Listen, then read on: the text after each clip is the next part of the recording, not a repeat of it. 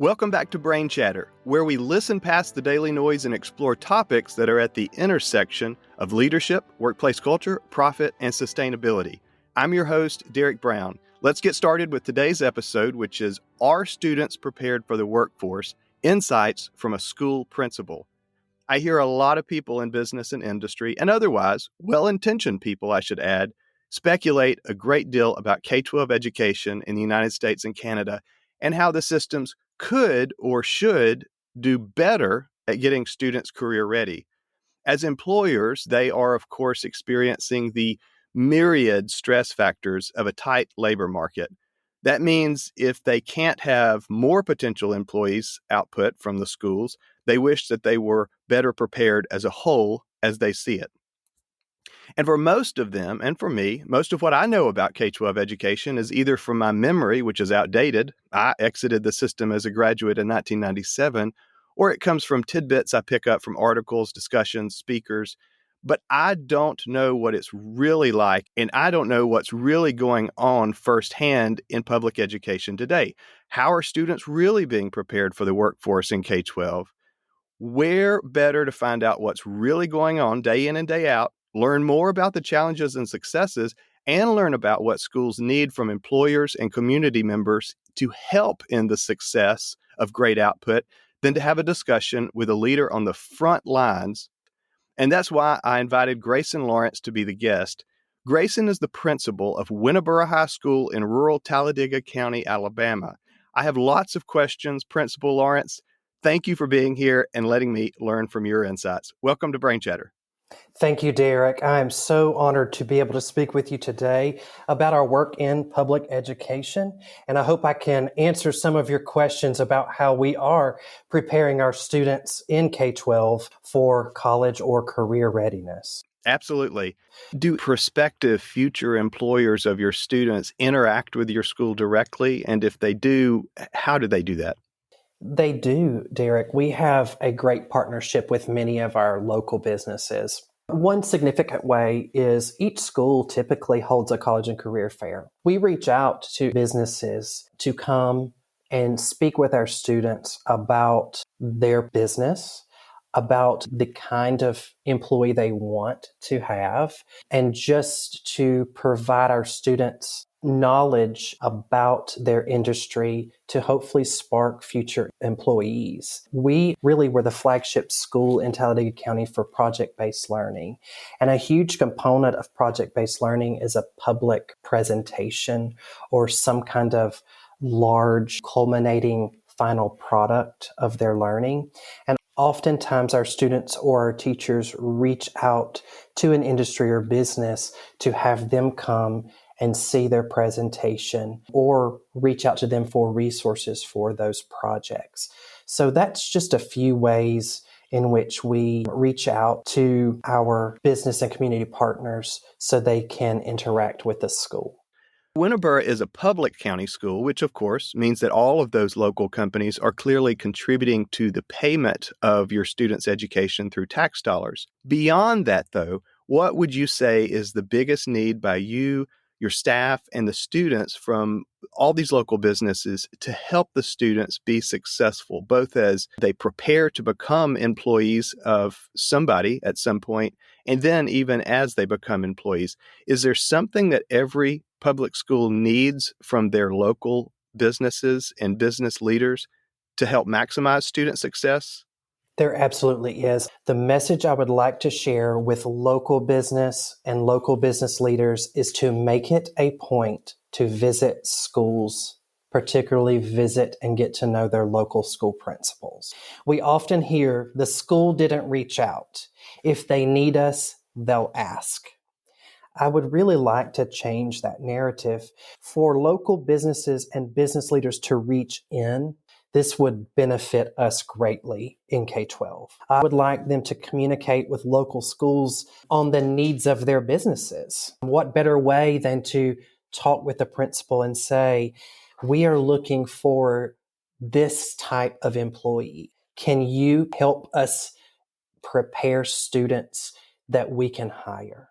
We're working in public ed to prepare our students to be college and career ready. So collaboration with the local school on skill sets or whatever may be needed of the employer, and what they may need by the future employee they are looking for would be most helpful.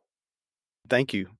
Let's talk about technical education routes and options that your students have while they are enrolled in your school to be learning a trade or an entry point to a trade while still being high school students.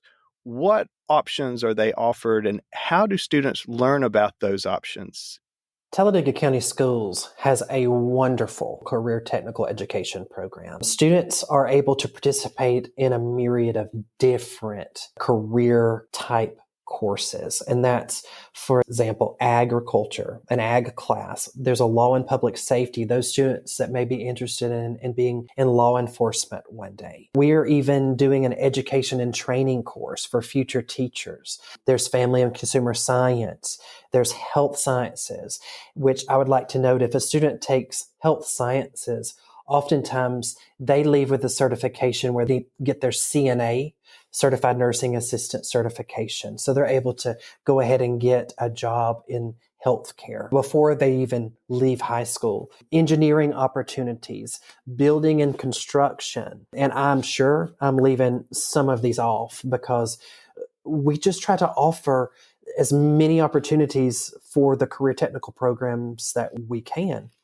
We also provide a dual enrollment opportunity through Central Alabama Community College, and our students can take welding, machine shop, and just a variety of other trade pathways or learning certification programs, because not every student has to go to college to be successful. We want students to continue education. The reality is that not everybody wants to go to school. If I had an option, I'd continue going to school forever. If I could pay for it, I love it so much, I would stay in school.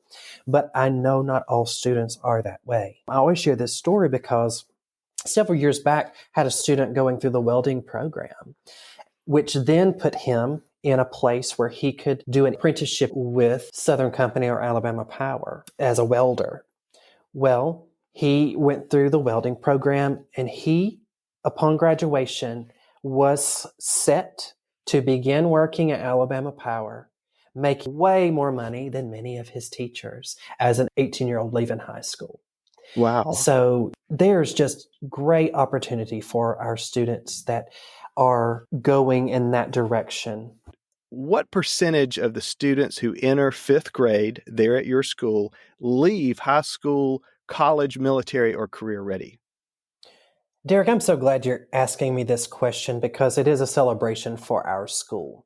But before I answer the question, I will mention just most recently, just within the last several months, the Alabama State Department of Education passed a requirement that all students that are going to receive a high school diploma must also be credentialed in some way. And credential meaning they are college and career ready. And I will mention what a credential is. In order for a student in public school to be considered credentialed, that means they are able to obtain some type of certification, like I mentioned earlier, those students that are in the health science program, and they receive a passing score on the CNA test, then that credentials a student. So they would be deemed college and career ready. Also, students that may not be going in the workforce pathway, they are going to school or wanting to go and further their post-secondary education, a benchmark score on the ACT. And that is scoring a specific score on the English, math, science, reading sections of the ACT. So if they hit that benchmark score, that will deem them college and career ready. Also, those that are connected to ready to work programs, maybe through a local community college, the work keys, all seniors are given what's called a work keys. And it's a 3-component test where if they score a qualifying score on that, meaning a 4 on those 3 tests, there's like 3 different sections of the assessment. If they score a 4 or more, they are deemed college and career ready. Also, dual enrollment college credit gives students a credential. Enlistment in the military gives a student a credential. And then, of course, there's the career tech pathway. If a student takes 3 courses in a career tech pathway and passes it with a C or better, that will deem them college and career ready. So currently, our school, we are consistently anywhere from 85 to 96% of our students are deemed college and career ready, meaning most of our students that walk across the stage do have some credentialing or have credentialed in some way. Great news. Yes, we work very, very hard for that. And as I mentioned, the State Department just changed this for the graduation requirement. So our students that are currently in 8th grade, they will enter 9th grade next school year, which is our 2023-2024 school year. Those students will have that additional requirement to earn their high school diploma where they must have a credential to graduate. Very interesting. I'm sure that every day in your work is different. I'm sure that's understatement of a century. But can you describe what an average day in your work life is like as a modern school principal? Derek, you are absolutely right.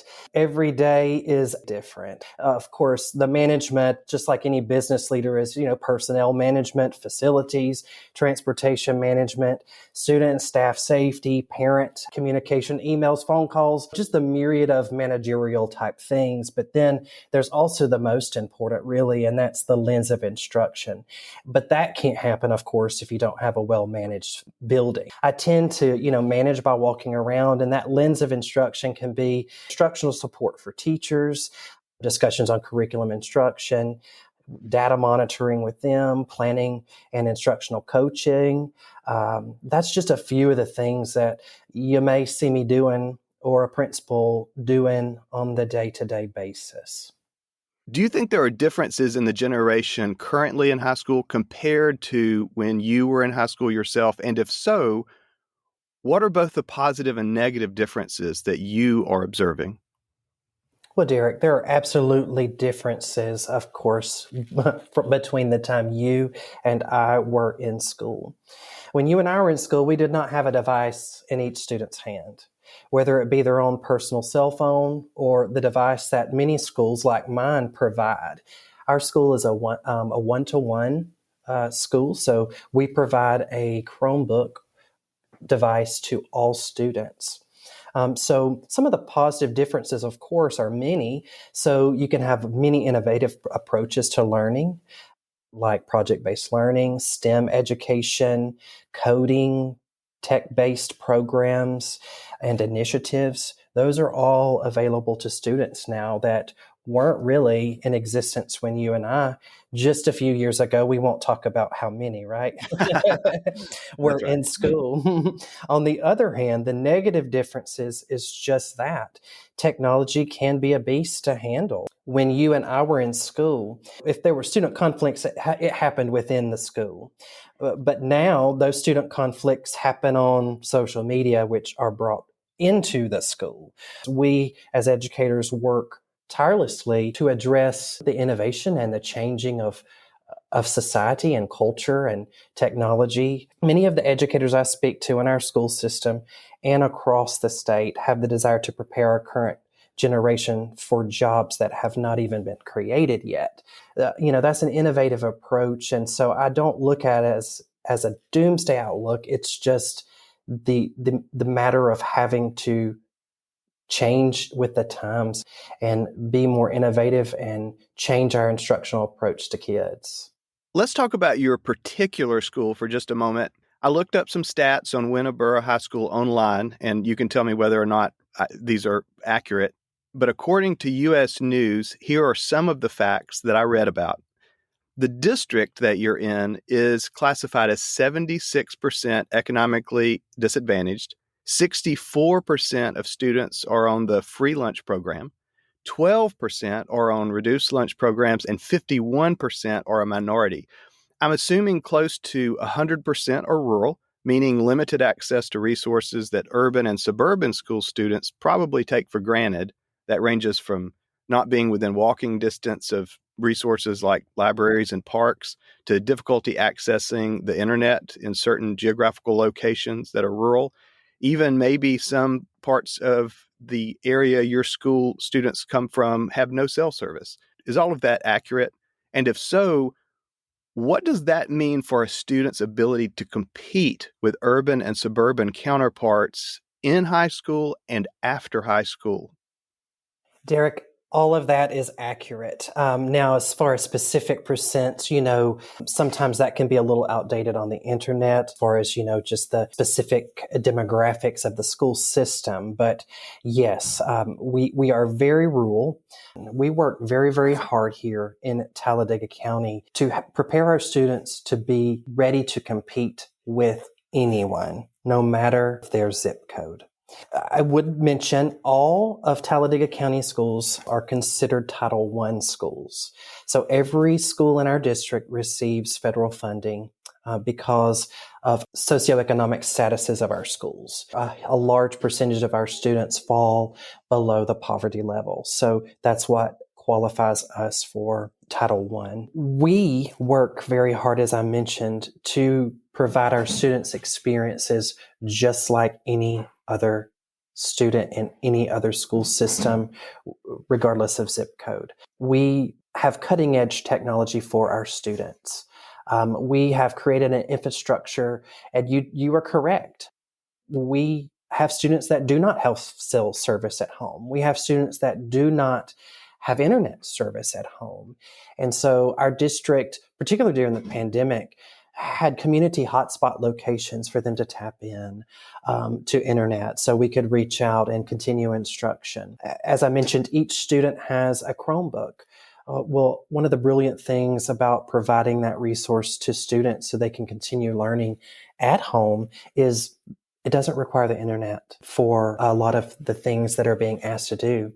It's placed there, and they're able to access it. And once it pings back the internet, they're able to upload whatever's needed, instructional task or homework, if you will, or any project that they're working on.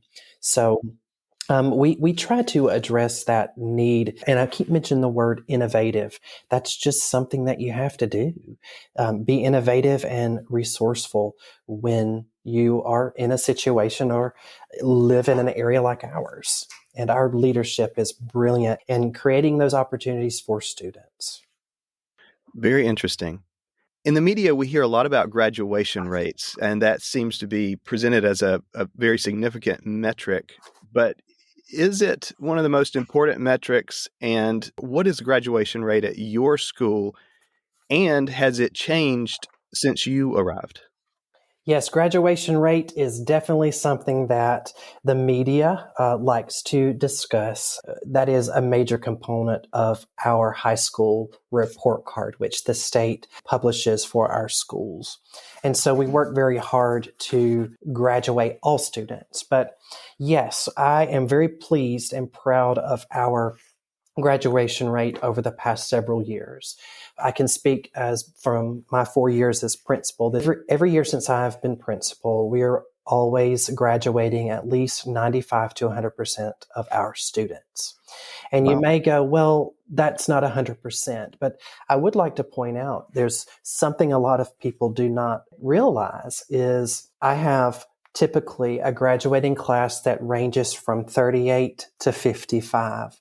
It just varies because we are, like we've already mentioned, very, very small, very rural. We only have, in grades 5 through 12, we have 360 kids. So if you have a class of 38, and unfortunately, there's many reasons why. It could be a family situation. It could be a whole myriad of things and reasons they do not graduate. One student can count as much as 4%. That really affects smaller schools greater than maybe a larger school that is graduating 500 because one student counts so much more towards that graduation rate. And yes, it does vary from when I first started teaching here at Winterboro. I taught here starting in 2007 and have been here since. But when we started, our graduation rate was dismal. We were in the 60s, Oh, wow. 60%. So in the past 16 years, seeing that change has been great for our community and a positive reflection of the work our teachers and our students are doing each day. Wow. That's fantastic. That's a huge increase. So let me ask you this. I'm very curious about this. What happens to students today who leave school before receiving a high school diploma? What we provide students upon, let's say I have a student that comes with their parent, it can't be just the student deciding. We meet with the parents, and if they decide that they are wanting to drop out and not complete school, we have to conduct what's called an exit interview. And in that exit interview, required by the State Department, we go through a lot of conversations as to why. But the important part of that one is we provide them ways in which to continue. We discuss with them the options because we really do not want them to follow through with dropping out, because we all know that students that complete high school do not enter the criminal justice system and have a higher chance of success in a career. I said all that to say we give them options and provide them options to maybe K-12 is not for them right now, but maybe they could enter a homeschool so they can complete and get a diploma. Or we provide them information about where and how to enroll in a GED program. All of that in a nutshell is if a student is not planning to graduate with their cohort or here at Winterboro, then we provide them a lot of resources and information to help them hopefully make the choice to continue their education. That's not at all what I thought. So that's really great information. I guess, assumed that once the student reached the age where they could choose to leave, that they just kind of walked out the door one day and that was it. That's wonderful that there is that exit interview where they really get to learn about alternative options. Yes, absolutely. Most of the time in my experience, if they are not going to complete, there's a reason, and they're looking and reaching into the school to help them find another pathway. So, Grayson, you report directly to your county school superintendent and have weekly or more conversations with her and other principals from around Talladega County. Is there anything that's different about Winterboro's challenges and successes compared to those other county schools? Well, Derek, each school community is definitely unique. We each have our own successes and our own sets of challenges. But of course, many of our challenges are similar. I'm proud of the great work we do as school leaders here in Talladega County School because we all have the same vision, core purpose, and commitments. And just to kind of talk a little bit about our vision, and we all share that among all high schools in Talladega County. And that's, of course, to provide an engaging, rigorous curriculum, which is empowering our students to be college and career ready. And so all of us are consistent in that preparation. Also, our core purpose here in Talladega County Schools is to ensure exemplary student performance, citizenship, and leadership. And that's academically, that's as individuals, that's as classes, that's as schools. And then we have all of the same commitments where we're committed to our students. Our students are the priority. We're committed to a positive school culture. We're committed to a rigorous curriculum, as I mentioned. We're committed to an emotionally and physically comfortable learning environment. And of course, we're committed to continuous improvement in Talladega County schools so we can achieve our vision and our core purpose. So let's talk about something else that gets a lot of talking time in different arenas, and that is the impact of either parental or guardian involvement versus the lack of it in certain students' success paths. Is there any way to maximize the likelihood of a student's success who does not have active parental or guardian involvement? And if so, how do you approach that? Research has, and more than likely will always prove, that a child will be more successful in school if his or her parents are involved in the educational process.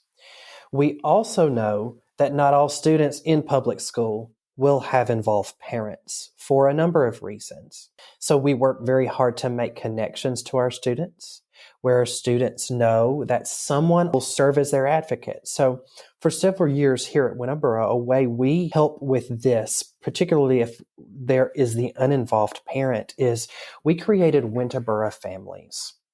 And what I mean by Winterboro families is each teacher, we have built into our schedule a student-focused period.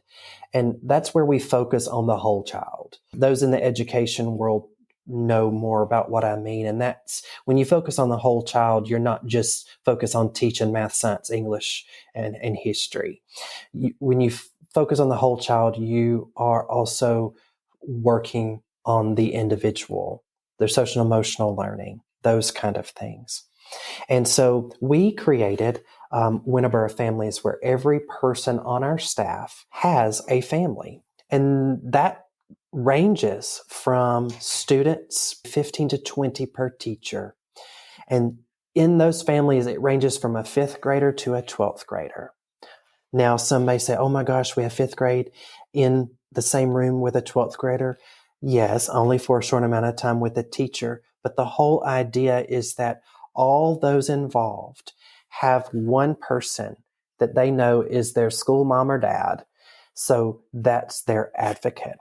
Also, what more beauty is there than a senior that takes on a positive role in a younger student's life? Even that senior or that 10th grader can be that mentor to that 5th grader, that 7th grader, or that 8th grader. They're a family and they all work together to support one another. They feel a part of a family here if their family isn't present that they go home to.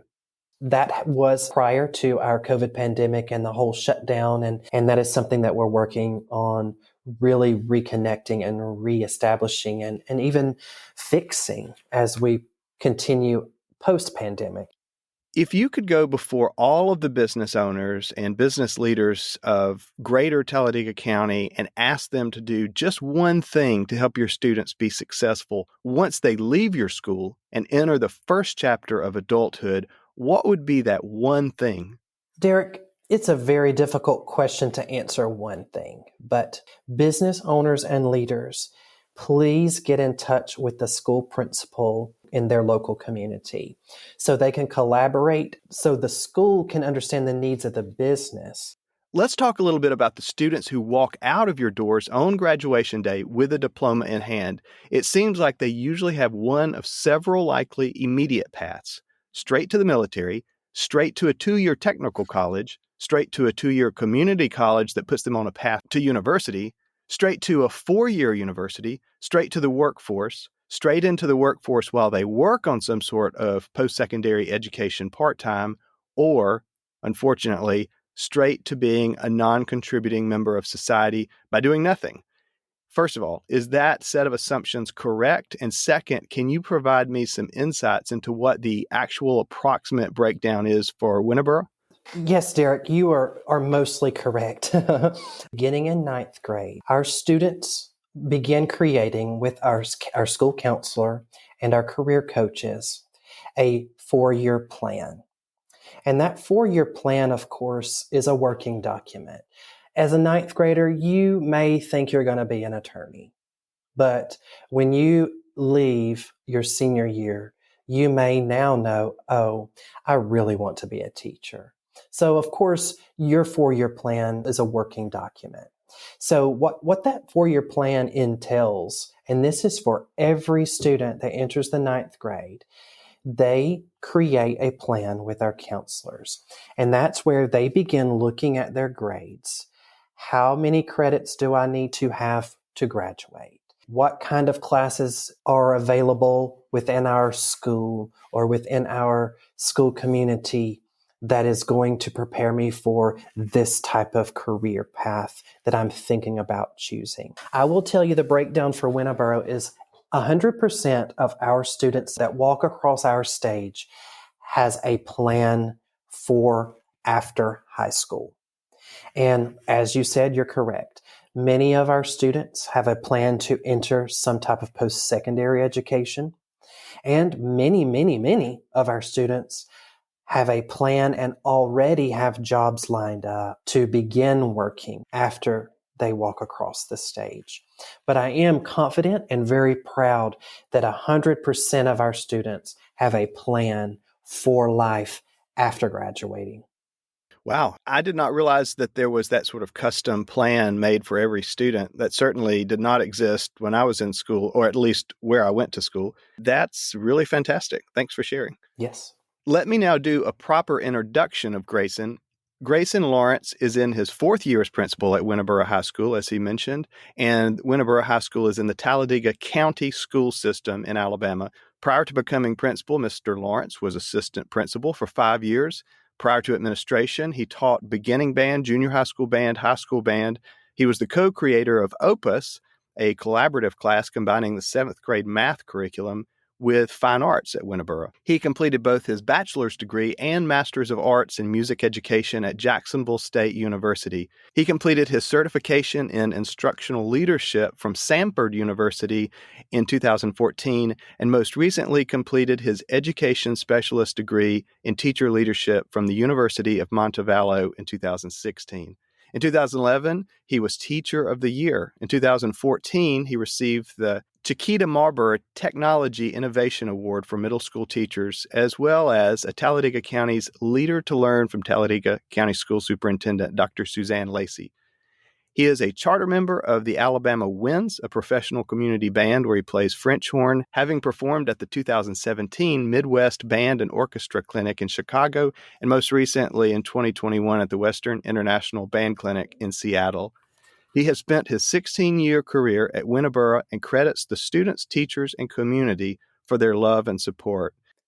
I hear a lot of people complain that young people coming out of schools do not have the so-called soft skills, which are really not soft at all, as we know. When they enter the workforce, they're clearly talking about critical skills. So it's long been a perplexingly wrongly named skill name. And so in the 20th episode of this podcast, we had a guest, Nancy Meadows, and she discussed that those are now defined as social emotional learning in schools and in other programs for students, like the ones that they run through their camp. Those skills can range from the ability to relate to people of different generations, the understanding that you have to show up for work if you say you will, to the ability to carry on a conversation without looking down at your smartphone. It also means knowing healthy conflict resolution skills, how to use a filter, how to be respectful. They might be what you or I learned from a parent or grandparent related to basic etiquette. For example, I remember being about 11 years old and being seated when my aunt's pastor visited my dying grandmother. He stuck out his hand to shake mine, and he was one of the first grown men to ever show me that courtesy. And I remained seated and shook his hand while he stood and I sat. No one had ever had the conversation with me up to that point about what was expected. And after he left, I would experience a very stern talk. When a grown person shows you the courtesy of wanting to shake your hand, you stand up to show your respect back. I didn't know it until then, but I can guarantee you I never forgot that lesson. And I think I can safely assume that there are plenty of young people, particularly in single-parent households where the parent is consumed with supporting the family through work, where maybe those students don't get those lessons early or at all. And it certainly seems like it sets those students up for clear disadvantage.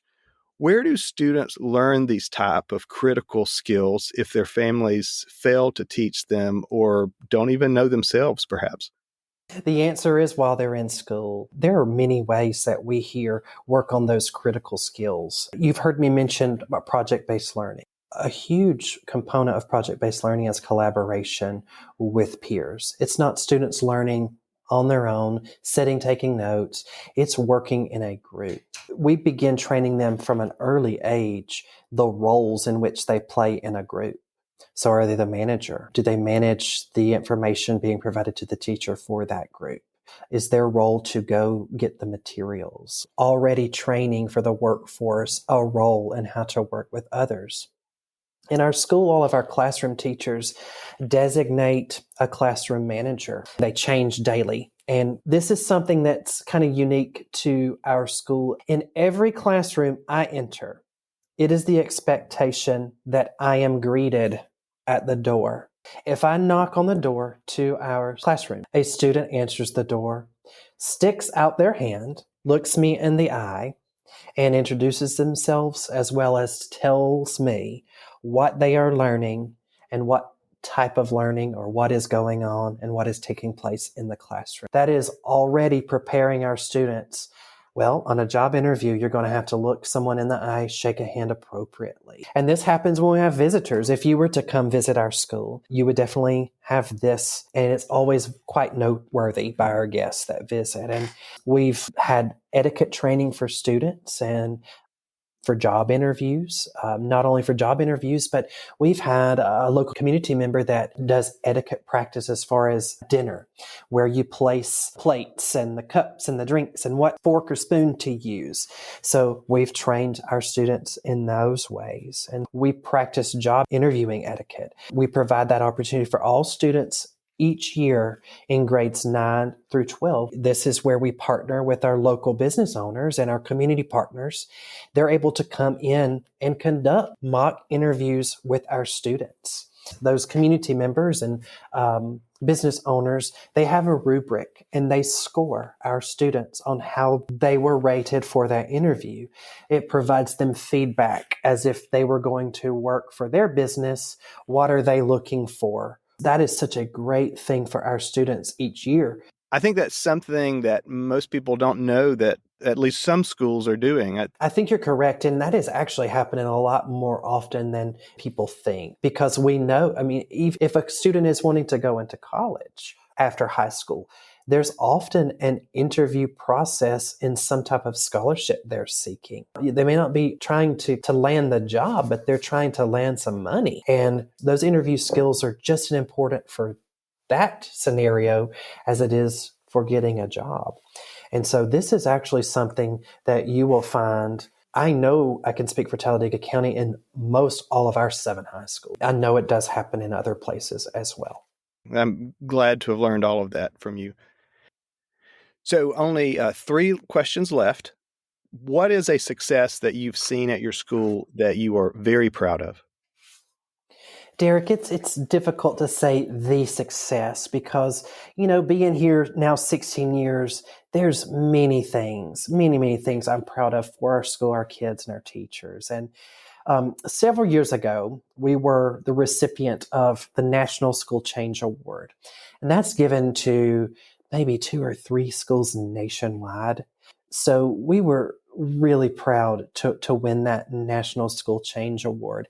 And guess what was a huge deciding factor for that? That's graduating students. So that helped us receive that award. And of course, the school initiative of project-based learning was another component as to why we were the recipient of this award. But we also won the class banner, School of Distinction, from the Council of Leadership in Alabama.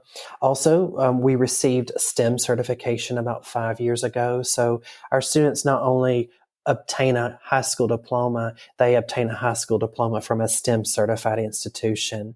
And there are not many of those in Alabama if you looked that up. So that gives our students an edge in competitive areas for STEM education in post-secondary education. But also our sustained improvement in graduation rate and our continued growth and achievement. Those are just some of the things I am most proud of. And I cannot fail to mention the importance of our community. 3 years ago, we moved into our brand new facility, which now houses our students pre-K through 12th grade. And the only reason we were able to build this is our community banded together and passed a local meal tax. When things like that occur, it is evident to me where our priorities are as a community to provide a facility that is state of the art and more conducive for their learning and our innovation that I keep talking about to continue progressing public school education. And I will mention we were in a beautiful historic building if you've ever gone past it, but we moved into this facility out of a facility that was built in 1936. It was time, and our community saw that. So those are just some some of the things I'm most proud of. And it's nothing I've done. It's something we've all done as a community of students, faculty, staff, and even our stakeholders in our community outward. That's great. So as far as I know, you are not a psychic. However, I know, talked earlier about you have to try to figure out how to educate students for jobs that may not even exist yet. If you were just going to take a wild stab and say what you think would be the most different about K-12 education 25 years from now, what do you think that would be? We know, and we have to know, that the jobs and careers we are preparing for now are not the ones they're going to be preparing for 25 years from now. And so I personally believe you will begin to see that change. We're preparing students for jobs that are innovative in technology with STEM, computer science, tech-based industry. But I also personally believe, and there's some research starting on this if you look it up, the tried and true traditional grading system for A through F, that will be more than likely changing into proficiency, grading proficiency instead of for a numeric grade. And you're already seeing that change in pockets across the state and nation. And not only is this already happening in lots of places in elementary K-5 schools, you are also beginning to see colleges lose the letter grades. Those two things are going to really change probably in K-12 education in the next 25 years. But listen, I do not know that. You're correct. I'm not a psychic. Those are just some changes in discussion that you continually hear and see in our realm. Very interesting. Okay, so Grayson, what did I fail to ask you that I should have? Is there anything you'd like to add as we close out? I hope that I was able to adequately answer your questions about the perspective in life, sort of a public school principal. There's many, many more qualified that you could probably ask, but I'm very honored that you wanted the perspective of a principal here in rural Alabama that is definitely in the trenches and really working to prepare our students for life after school. So I just, if I leave with anything, I've said it 2 or 3 times, please encourage any business owners, any business leaders that you know to reach into the schools. I think that would help public schools so very much. Grayson, if anyone wants to follow you, learn more about what you do, learn more about your school in particular, where can we direct them on social media for them to be able to connect?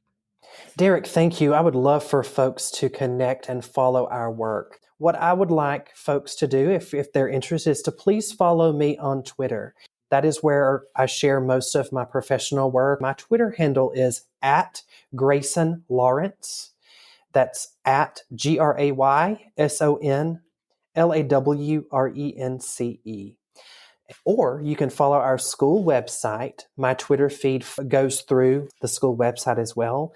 And that's whs.tcboe.org. And additionally, there's one other Twitter handle you're welcome to follow if you don't want to follow my personal one and you would like to just follow our institution. And that is @Winterboro_High. So those are my social media outlets. Listeners are welcome to follow our work. Well, thank you very much. I look forward to following you on Twitter. And thank you again for all of your valuable time, Grayson. Thank you very much, Derek. It was my pleasure. Brain Chatter is a production of Ken Chapman and Associates Incorporated. We assist clients across North America and beyond with leadership development, corporate culture transformation initiatives, behavior-based professional development for health and safety issues, individual and team assessments, conflict and performance management, succession planning, and team building, making a difference in organizations and individuals' lives for over 40 years. Learn more at leaderscode.com.